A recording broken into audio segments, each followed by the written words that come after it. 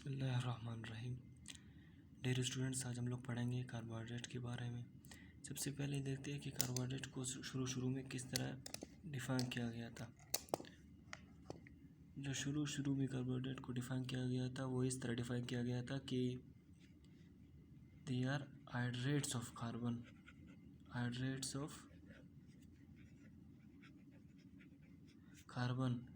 और इसमें जो फार्मूला था वो भी कौन सा फार्मूला इस्तेमाल हो रहा था, CnH2nOn, यही फार्मूला इस्तेमाल हो रहा था।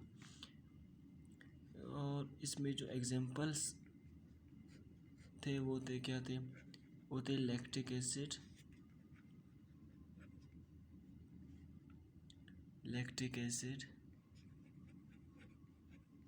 एसिटिक एसिड और डीऑक्सीराइबोस।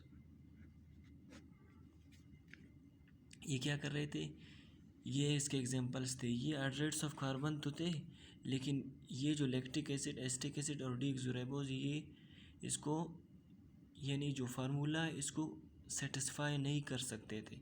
इसलिए फिर हम लोगों ने एक नया तरीके से इसको डिफाइन किया। तो जो नया डेफिनेशन है कार्बोहाइड्रेट का वो ये है कि दे आर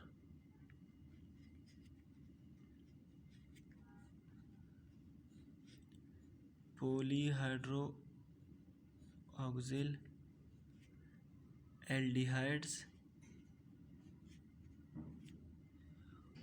और कीटोन्स। तो ये क्या है, इसका जो नया डेफिनेशन है ये कि ये पॉलीहाइड्रोऑक्सिल एल्डिहाइड्स या कीटोन्स है जो हाइड्रोलाइसिस की वजह से प्रोड्यूस होते हैं। इसके बाद हम लोग आते हैं इसके क्लासिफिकेशन पर।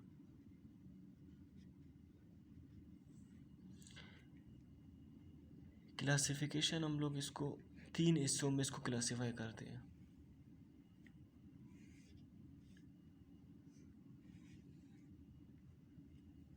सबसे पहले जो क्लासिफाई, बल्कि 4 हिस्सों में इसको क्लासिफाई करते हैं।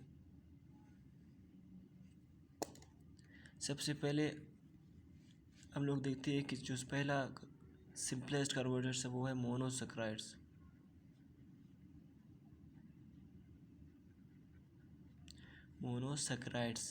Mono means single and saccharide means sweet. ये स्वीट होते हैं टेस्ट में। तो ये बने होते हैं made up of single sugar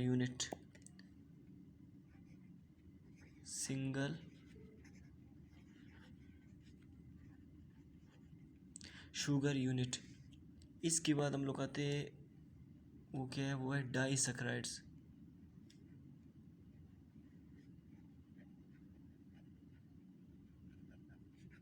डाइसैकराइड्स बने होते हैं 2 शुगर यूनिट्स।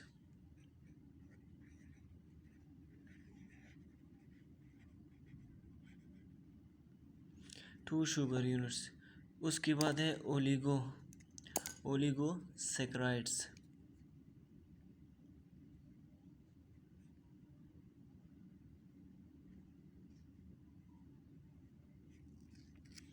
तो ओलिगोसैकराइड्स जो बने होते हैं वो 3 to 10 शुगर यूनिट। उसके बाद एक है, वो है लास्ट है, वो है पॉलीसैकराइड्स। क्या है, पॉलीसैकराइड।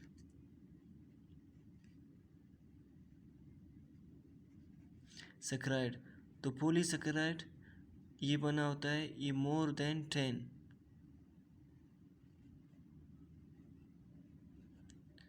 यानी 10 से जब क्रॉस करे तो जितना भी इसमें शुगर यूनिट्स आते हैं वो होते हैं पॉलीसैकराइड्स। ठीक है। इसके बाद हम लोग आते हैं मोनोसैकराइड्स को किस तरह क्लासिफाई किया जाता है।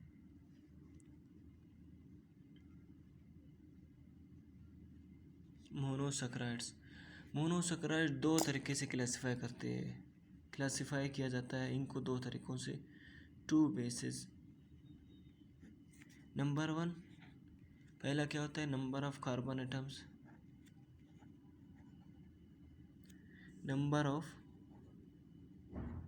Carbon atoms. नंबर 2 होता है फंक्शनल ग्रुप। फंक्शनल ग्रुप की बुनियाद पर उनको क्या किया जाता है, क्लासिफाई किया जाता है। तो फंक्शनल ग्रुप में कौन कौन से होते हैं, दो, एक है एल्डो ग्रुप और एक है कीटो ग्रुप। अभी हम लोग देख रहे हैं कि ये सबसे पहले तो ये नंबर की बुनियाद पर क्लासिफाई किया गया। किस चीज़ की बुनियाद पर, नंबर की बुनियाद पर। इसमें 3 कार्बन एटम्स, इसको कहा जाता है ट्रायोसिस, फिर टेट्रोसिस, फिर पेंटोसिस, एक्सोसिस, एप्टोसिस। इसके बाद हम लोग देखते हैं कि फंक्शनल ग्रुप की बुनियाद पर किस तरह इसको क्लासिफाई किया जाता है। सबसे पहला जो फंक्शनल ग्रुप है इसमें, ये हम लोग इधर देखते हैं, ये एल्डिहाइड ग्रुप इसके लिए है। और इस तरफ कौन सा, ये कीटोनिक ग्रुप। तो एल्डिहाइड, इसमें मैं लिखता हूँ एल्डिहाइड, और इसमें कीटोनिक ग्रुप। जो ट्रायोसिस है उसको, जब कोई एल्डिहाइड मतलब ट्रायोसिस जब एल्डिहाइड बनता है, उसका स्ट्रक्चर यानी उसमें जो फंक्शनल ग्रुप एल्डिहाइड बनता है उसको कहा जाता है ग्लिसरॉल्डिहाइड।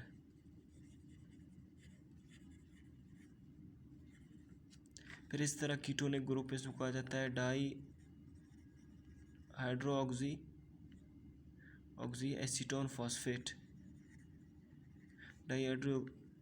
सिर्फ डाई हाइड्रो ऑक्सी कहा जाता है, ऑक्सी एसीटोन कहा जाता है। फिर ट्रेट्रोजिस को इरिथ्रोज और इरिथ्रोलोज। फिर पेंटोजिस को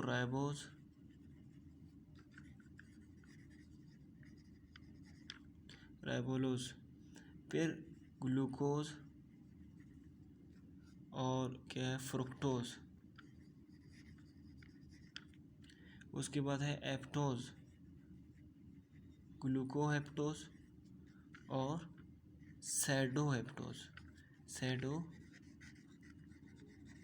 एप्टोज। इसके बाद हम लोग देखते हैं कि भाई जो एल्डिहाइड होता है या कीटोनिक, उसके स्ट्रक्चर में क्या फ़र्क है। एक तरफ हम लोग देखते हैं कि ग्लूकोज है, और ग्लूकोज में कौन सा फंक्शनल ग्रुप होता है, इसमें होता है एल्डिहाइडिक फंक्शनल ग्रुप। तो हम लोग इसका स्ट्रक्चर किस तरह बनाते हैं कि ये हो गया कार्बन नंबर 1, ये हो गया कार्बन नंबर 2, ये कार्बन नंबर 3, ये कार्बन नंबर 4, और ये कार्बन नंबर 5, और ये हो गया कार्बन नंबर 6। ये जो पहला कार्बन है इस पर फंक्शनल ग्रुप होता है, इस तरफ ऑक्सीजन जोड़ा होता है और इस तरफ हाइड्रोजन जोड़ा होता है। फिर इसके बाद इस तरफ OH, फिर H, फिर OH और इस तरफ H, फिर इधर OH और H हाइड्रोजन, यानी फिर इसके बाद और ये जो आखिरी है ये इसको इस तरह लिखा जाता है। यानी ये जो पूरा है ये इसका क्या होता है, ये फंक्शनल ग्रुप है। जो कार्बन नंबर 1 है वो इसका फंक्शनल ग्रुप बनता है कि भाई इसको हम लोग किस तरह डिटरमाइन करते हैं कि भाई ये का वो है कि मतलब ये एल्डिहाइड ग्रुप है या कीटोनिक ग्रुप। तो ग्लूकोज क्या है, एल्डिहाइड ग्रुप है। इसके बाद हम लोग लिखते हैं दूसरा, वो है कीटोनिक ग्रुप। वो क्या है, कीटोनिक ग्रुप। और कीटोनिक ग्रुप का जो एग्जांपल है वो है फ्रुक्टोज। ये ग्लूकोज का स्ट्रक्चर था, अभी हम लोग लिखते हैं फ्रुक्टोज का स्ट्रक्चर। फ्रुक्टोज का स्ट्रक्चर किस तरह लिखते हैं कि ये कार्बन है, ये कार्बन, फिर एक कार्बन, फिर एक कार्बन, फिर एक कार्बन, 1 2 3 4 5, फिर उसके बाद एक और कार्बन है। ये जो पहला कार्बन है इस पर तो ये H2OH इस तरह जुड़ा होता है। इसको हम लोग फिर ये जो इसमें फंक्शनल ग्रुप पहला कार्बन नंबर 1 डिटरमाइन करता था, इसमें जो फंक्शनल ग्रुप डिटरमाइन करता है वो कार्बन नंबर 2 डिटरमाइन करता है कि फंक्शनल ग्रुप इसमें कीटोनिक ग्रुप है। तो ये हो गया इसका सारा फंक्शनल ग्रुप। उसके बाद हम लोग इसको भी इसी तरह लिखते हैं, ये OH, ये H, ये H, ये OH, ये OH और ये H और ये CH2OH, 1 2 3 4 5 6। इसमें भी कैच 6 कार्बन है। तो ये एक हो गया ग्लूकोज, एक हो गया कीटोनिक, यानी ये सारा इसमें यानी मोनोसैकराइड का मतलब किस तरह हम लोगों ने क्लासीफाई किया, एक कार्बन एटम्स की बुनियाद पर क्लासीफाई किया और दूसरा फंक्शनल ग्रुप की बुनियाद पर क्लासीफाई किया।